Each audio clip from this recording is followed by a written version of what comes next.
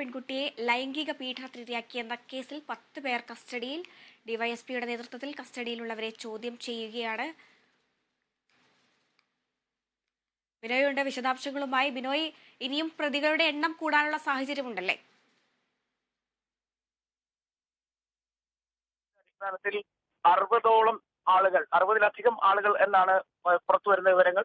ആ പെൺകുട്ടിയെ ലൈംഗികപരമായി ചൂഷണം ചെയ്തു എന്നുള്ള വിവരമാണ് ഇപ്പോൾ പോലീസിന് നൽകിയിരിക്കുന്നത്. ഇതിന്റെ അടിസ്ഥാനത്തിലാണ് പോലീസ് വ്യാപകമായ അന്വേഷണം ജില്ല കേന്ദ്രീകരിച്ച് നടത്തുന്നത്. ഈ പട്ടികയിൽപ്പെടുന്നവരിൽ പെൺകുട്ടിയുടെ സുഹൃത്തുക്കളുണ്ട്. ഒപ്പം പത്തനംതിട്ട ജില്ലയിലുള്ള ഒരു ITIയിലെ ഏതാനും വിദ്യാർത്ഥികളുണ്ട്.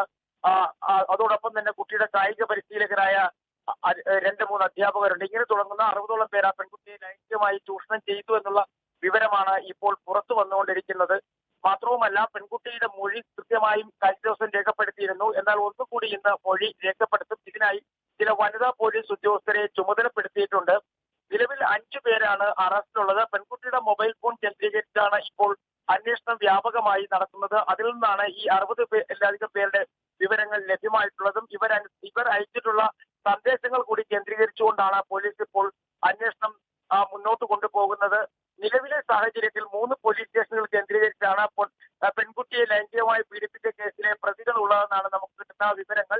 ഇതിന്റെ അടിസ്ഥാനത്തിലാണ് പോലീസ് വിവിധ സംഘങ്ങളായി തിരിഞ്ഞുകൊണ്ട് പ്രത്യേക അന്വേഷണ സംഘത്തെ ചുമതലപ്പെടുത്തിക്കൊണ്ടുമുള്ള അന്വേഷണം നടന്നു വരുന്നത്. ഈ പെൺകുട്ടി പ്രായപൂർത്തിയാകുന്നതിന് തൊട്ട് മുമ്പാണ് ലൈംഗിക ചൂഷണത്തിന് വിധേയമായത്. അതുകൊണ്ട് തന്നെ പോക്സോ വകുപ്പുള്ള കേസുകൾ കൂടാതെ ബലാത്സംഗം ഉൾപ്പെടെയുള്ള കേസുകൾ കൂടി ഉൾപ്പെടുത്തിക്കൊണ്ട് ആണ് പോലീസ് ഈ 5 പേർക്കെതിരെ കേസ് ചുമത്താൻ ആലോചിക്കുന്നത്. നിലവിൽ ഇപ്പോൾ 5 പേരെ കസ്റ്റഡിയെടുത്തിട്ടുണ്ട്. ഇവരെ ചോദ്യം ചെയ്ത് വരികയാണ്.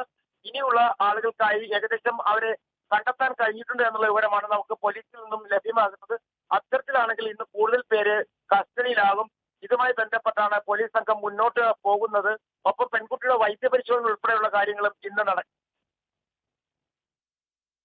ബിനോയ്, അതേസമയം തന്നെ ഈ 13 വയസ്സ് മുതൽ കുട്ടി ഇത്തരം പീഡനങ്ങൾക്ക് വിധേയനാകുന്നു എന്നാണ് വാർത്തകൾ വന്നത്. അതേസമയം ഈ കാര്യങ്ങളൊന്നും കുട്ടിയുടെ മാതാപിതാക്കൾ അറിയുമായിരുന്നില്ലേ? മാതാപിതാക്കളെ പെൺകുട്ടി വിവരങ്ങൾ അറിയിച്ചിട്ടില്ല എന്നുള്ളതാണ് ഇപ്പോൾ പോലീസും നൽകുന്ന വിവരം. കാരണം ഈ പെൺകുട്ടിയെ ചൂഷണത്തിന് ഇരയാക്കിയവർ പലതരത്തിൽ ഈ പെൺകുട്ടിയെ സ്വാധീനിക്കാൻ ശ്രമിച്ചു എന്നുള്ള വിവരവും പുറത്തു വരുന്നുണ്ട്. എന്തായാലും ഇവരുടെ വീട്ടിലെത്തിയ ചൈൽഡ് വെൽഫെയർ കമ്മിറ്റി അംഗങ്ങൾക്ക് മുന്നിലാണ് തനിക്ക് കുറെ കാര്യങ്ങൾ പറയാനുണ്ട് എന്ന് പറഞ്ഞുകൊണ്ട് ഈ പെൺകുട്ടി ഈ കാര്യങ്ങളെല്ലാം തന്നെ തുറന്നു പറഞ്ഞത്. അത് ചില ആളുകളുടെ ഭാഗത്തു നിന്ന് ഭീഷണി ഉണ്ടായ സാഹചര്യത്തിലാണ് പെൺകുട്ടി ഈ വിവരങ്ങൾ വെളിപ്പെടുത്തിയതെന്നാണ് നമുക്ക് അറിയാൻ കഴിയുന്നത്. വിവരങ്ങൾ ലഭ്യമായ മുറയ്ക്ക് തന്നെ ഇവർ പത്തനംതിട്ട SP-ക്കും ഒപ്പം ഈ സംഭവം നടന്ന വിവിധ പോലീസ് സ്റ്റേഷനുകളിലും ഉദ്യോഗസ്ഥന്മാർക്കും ഒക്കെ തന്നെ പരാതിയായി നൽകിയിരുന്നു. അതിന് തൊട്ടു പിന്നാലെ ഈ പെൺകുട്ടിക്ക് സ്വന്തമായി മൊബൈൽ ഫോണിലായിരുന്നു. പെൺകുട്ടിയുടെ അച്ഛന്റെ മൊബൈൽ ഫോണിലേക്കാണ് പലപ്പോഴും ഈ ആളുകൾ സന്ദേശം അയച്ചിരുന്നതെന്നാണ് മറ്റൊരു വിവരം പുറത്തു വരുന്നത്. ആ സന്ദേശങ്ങൾ കൂടി കേന്ദ്രീകരിച്ചുകൊണ്ടാണ് ഇപ്പോൾ പോലീസ് സംഘം അന്വേഷണം നടത്തുന്നത്. നിലവിലെ സാഹചര്യത്തിൽ ഈ 60-ലധികം പേരെ കുറിച്ചുള്ള വ്യക്തമായ വിവരങ്ങൾ അന്വേഷണ സംഘത്തിന് ലഭ്യമായിട്ടുണ്ട്. അറസ്റ്റ് ഉൾപ്പെടെയുള്ള നടപടിക്രമങ്ങളിലേക്ക് കടന്നാൽ മതിയാകും.